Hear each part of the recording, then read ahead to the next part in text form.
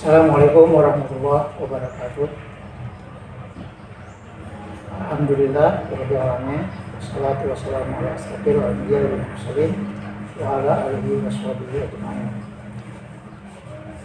Anak-anak sekalian, siswa baru SMK Negeri 2 Cilaku Cianjur. Hari ini saya dapat tugas untuk menyampaikan satu sesi, yaitu cara belajar efektif. Memulai, saya memperkenalkan diri dulu.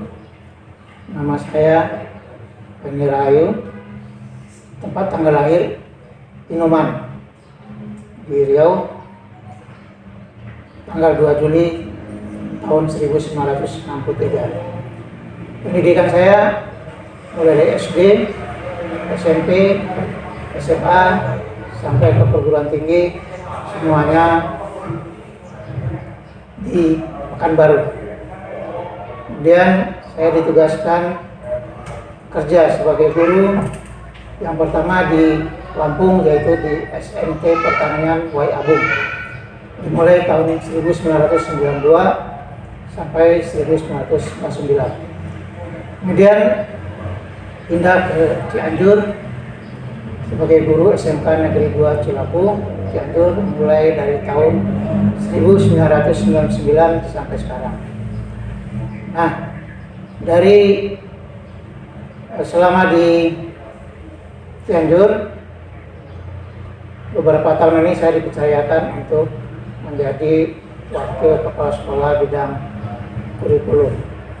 Nah, pada hari ini diminta untuk menyampaikan materi cara belajar efektif. Dari kata cara belajar efektif, kita ambil dulu kata-kata yang ada di cara belajar efektif, yaitu belajar. Apa itu belajar? Belajar itu perubahan yang relatif permanen dalam perilaku sebagai hasil dari pengalaman atau latihan. Jadi belajar itu yang diharapkan adalah perubahan. Jelas, perubahannya itu adalah dari yang belum tahu menjadi tahu, belum bisa menjadi bisa, yang tidak baik menjadi lebih baik. Kemudian seorang dianggap sudah belajar bila menunjukkan perilaku yang sudah berubah dari yang kurang baik menjadi baik. Kalau yang sudah baik akan menjadi lebih baik. Yang kedua, kata efektif. Efektif adalah cara mencapai tujuan dengan pilihan waktu yang tepat dan waktu yang tepat, cara yang tepat dan waktu yang cepat. Artinya efektif ini boleh juga dikatakan dengan singkat. Singkat artinya dengan batas waktu yang pendek, atau boleh juga dikatakan tidak terfokus pada waktu. Dalam tujuan pendidikan nasional, ini berdasarkan Undang-Undang Nomor 20 Tahun 2003, bahwa sekolah yang diberi tugas untuk memberikan pendidikan kepada masyarakat Indonesia mempunyai tujuan, yaitu mengembangkan potensi peserta didik agar menjadi manusia yang pertama beriman dan bertakwa kepada Tuhan Yang Maha Esa. Kedua, berakhlak mulia. Ketiga, sehat. Keempat, berilmu. Kelima, cakap, terampil. Keenam, kreatif. Ketujuh, mandiri. Dan yang kedelapan, demokratis serta tanggung jawab. Dari 8 ini, kalau kita simpulkan, ada 3 poin dari tujuan pendidikan nasional itu. Yang pertama, keterampilan, pengetahuan, dan sikap. Dari 8 ini, yang terbanyak adalah sikap. Sikap yang diharapkan oleh negara dalam tujuan pendidikan nasional ini, dari sikap yang kurang baik menjadi lebih baik, yang sudah baik akan menjadi lebih baik lagi.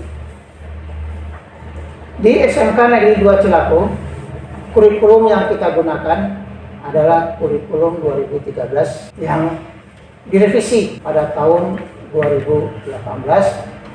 Ada beberapa mata pelajaran yang tergolong dalam 3 kelompok. Yang pertama, kelompok A, yaitu muatan nasional, yang meliputi mata pelajaran pendidikan agama, pendidikan Pancasila dan kewarganegaraan, bahasa Indonesia, matematika, sejarah Indonesia, bahasa Inggris, atau bahasa asing lainnya. Nah, kelompok nasional ini akan dijumpai di semua sekolah, baik itu SMA, SMK, di seluruh Indonesia maupun di luar negeri yang di bawah pengawasan negara Republik Indonesia. Yang kedua, yang B-nya muatan kewilayahan, yang meliputi 3 mata pelajaran, yaitu seni budaya, pendidikan jasmani dan olahraga, kesehatan. Yang ketiga, muatan lokal. Muatan lokal ini di SMK Negeri 2 Cilaku ada 2, yaitu bahasa Sunda dan bahasa Jepang. Yang ketiga, muatan peminatan kejuruan. Nah, inilah yang membedakan satu program keahlian atau kompetensi keahlian satu dengan yang lainnya. Setiap kompetensi keahlian yang ada di SMK Negeri 2 Cilaku memiliki ciri khas dalam memberikan pembelajarannya yang tertuang dalam muatan peminatan kejuruan ini. Muatan peminat kejuruan ini meliputi mata pelajaran simulasi dan komunikasi digital, fisika, kimia, biologi, dasar program keahlian dan kompetensi keahlian.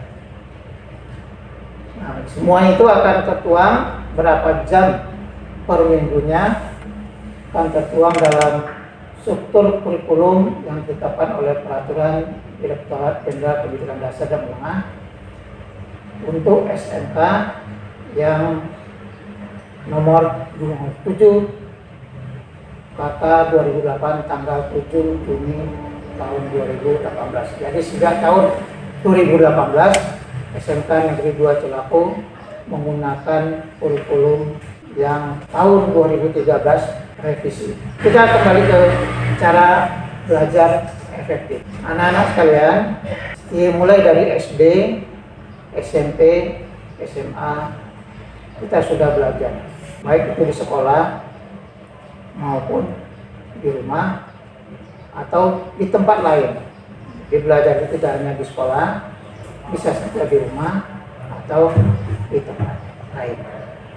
Mengapa kita harus belajar? Banyak alasan orang belajar. Pertama, mungkin karena ingin menambah pengetahuan. Kedua, ingin menambah keterampilan. Yang pasti tujuannya adalah untuk meningkatkan citra dari dia sendiri. Jadi, setiap manusia merasakan kebutuhan untuk belajar. Di dalam Al-Quran juga diterangkan kita harus belajar. Bahkan hadis Nabi mengatakan, belajarlah sampai ke negeri Cina dan belajar mulai dari ayunan sampai ke liang lahat. Ada istilah belajar seumur hidup. Nah, ini merupakan kebutuhan dari manusia untuk tetap belajar. Tidak memandang umur, tidak memandang jenis kelamin, tidak memandang ras dan sebagainya. Semua orang membutuhkan belajar.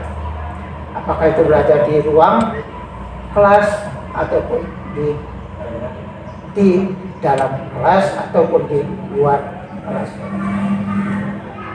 Kebutuhan inilah yang kita rasakan, harus kita rasakan supaya apa yang kita pelajari itu bermanfaat bagi kita dan kita mempunyai semangat untuk belajar.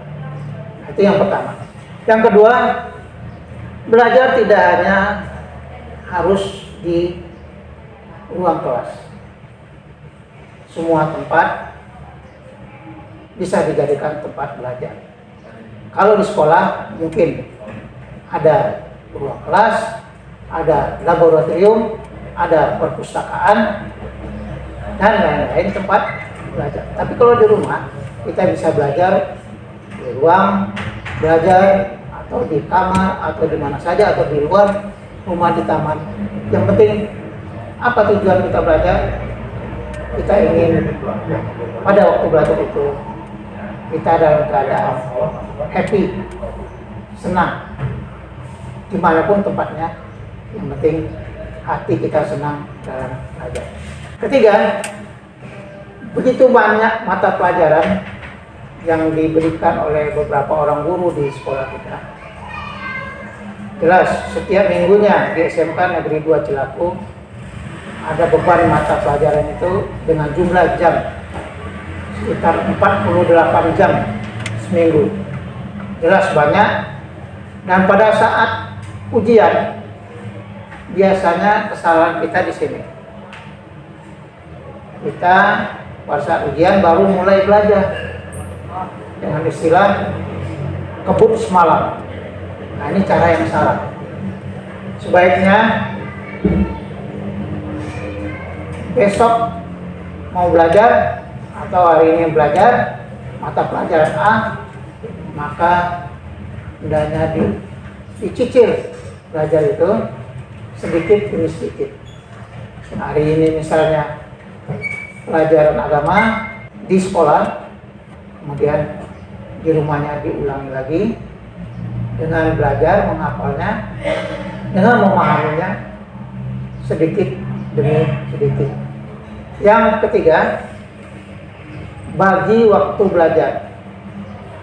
Maksudnya ada waktu belajar khusus, ada waktu bermain, ada waktu untuk ibadah.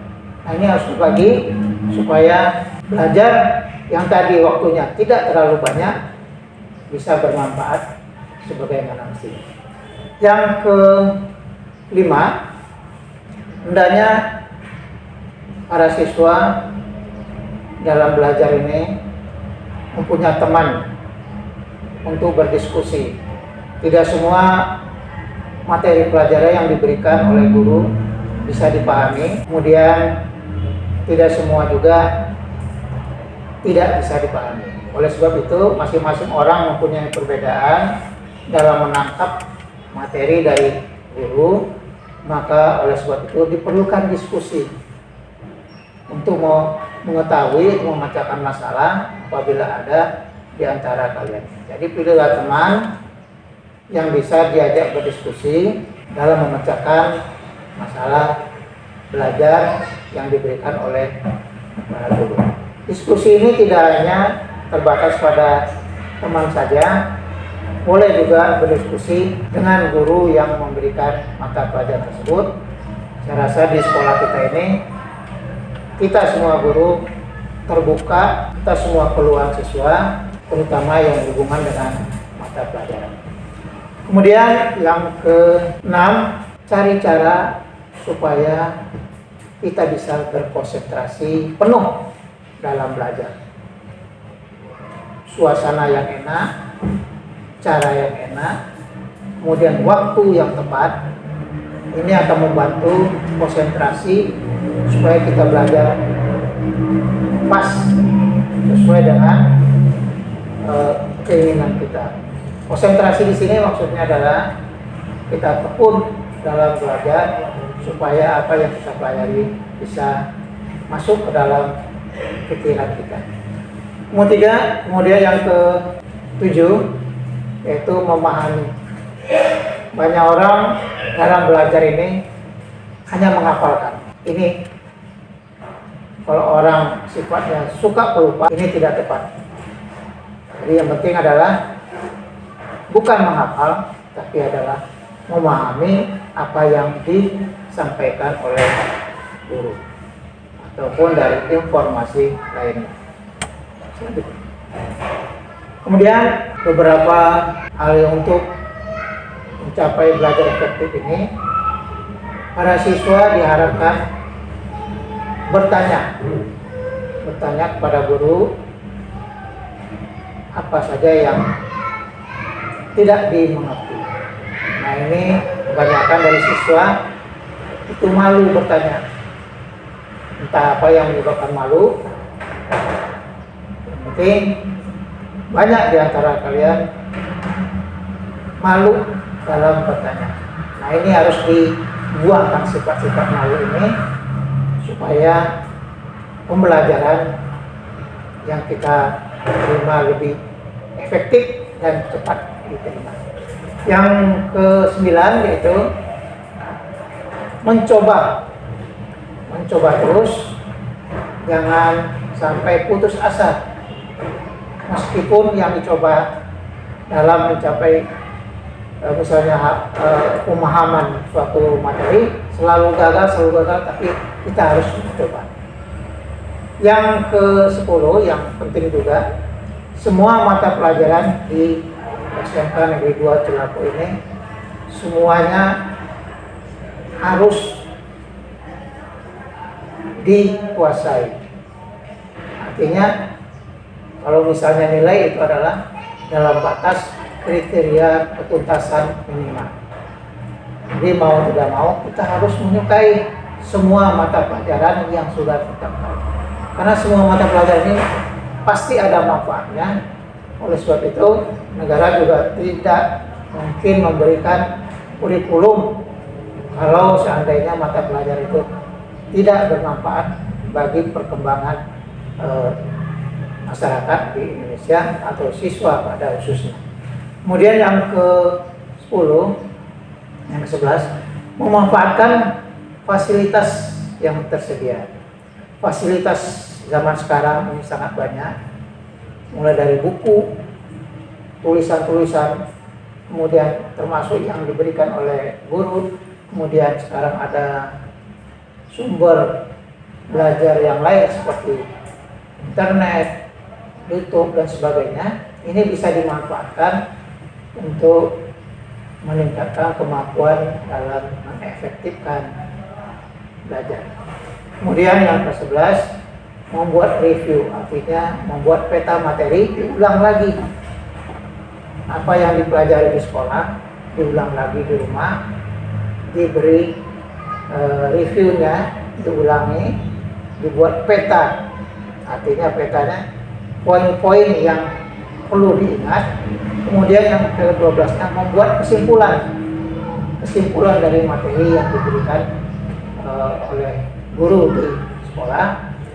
Kesimpulan ini jelas tentunya tidak lebih banyak daripada yang disampaikan oleh guru. Kemudian biasanya setiap guru memberikan materi dalam suatu pelajaran selalu memberikan soal atau latihan. Nah, ini coba soalnya, kemudian setelah itu didiskusikan, balik lagi ke atas, didiskusikan sama teman-teman apakah latihan soal ini benar atau tidak. Kemudian yang terakhir, marilah kita berdoa supaya belajar ini menjadi lebih efektif, mulai dari memulai mata pelajarannya dan juga diakhiri dengan pada saat berakhirnya pelajaran. Kemudian itulah yang kira-kira menjadi bagaimana cara mengefektifkan belajar. Dari berbagai macam penelitian, ternyata belajar yang efektif itu tidak tergantung waktu. Kapanpun waktunya, asal hati senang, ada mood untuk belajar, itu baik. Ada orang bisa belajar subuh, enaknya pada waktu subuh, silakan. Kemudian ada yang belajar malam, tapi dari hasil penelitian waktu belajar yang paling baik itu bukanlah malam hari, tapi pada saat pikiran kita ada mood terhadap belajar. Beda dengan pelajaran di sekolah yang sudah ditetapkan, belajar di rumah disesuaikan dengan mood atau kemauan dari kita untuk belajar. Kemauannya harus dipaksakan. Banyak orang yang tidak punya mood sebagai alasan untuk tidak belajar. Tidak ada mood, dia tidak belajar. Ini harus dipaksakan dan dibuat rutinitas. Misalnya belajar 2 jam pagi hari, atau juga kalau punya ada kesempatan belajar 2 jam di sore hari setelah pulang, atau belajar di tengah malam 1 jam atau 2 jam. Itu tergantung kemauan kita dan ini harus dipaksakan. Kemudian jangan lupa bahwa setiap kita untuk memacu otak supaya bisa menangkap perlu refreshing. Refreshing ini bisa saja dengan olahraga. Olahraga ini manfaatnya banyak terhadap otak, berkaitan dengan kerja otak untuk menangkap informasi-informasi yang baru. Jadi sediakan waktu berolahraga paling enggak 2 kali seminggu. Olahraga yang santai saja, tidak harus menguras tenaga, tapi olahraga yang membuat enjoy, membuat gembira.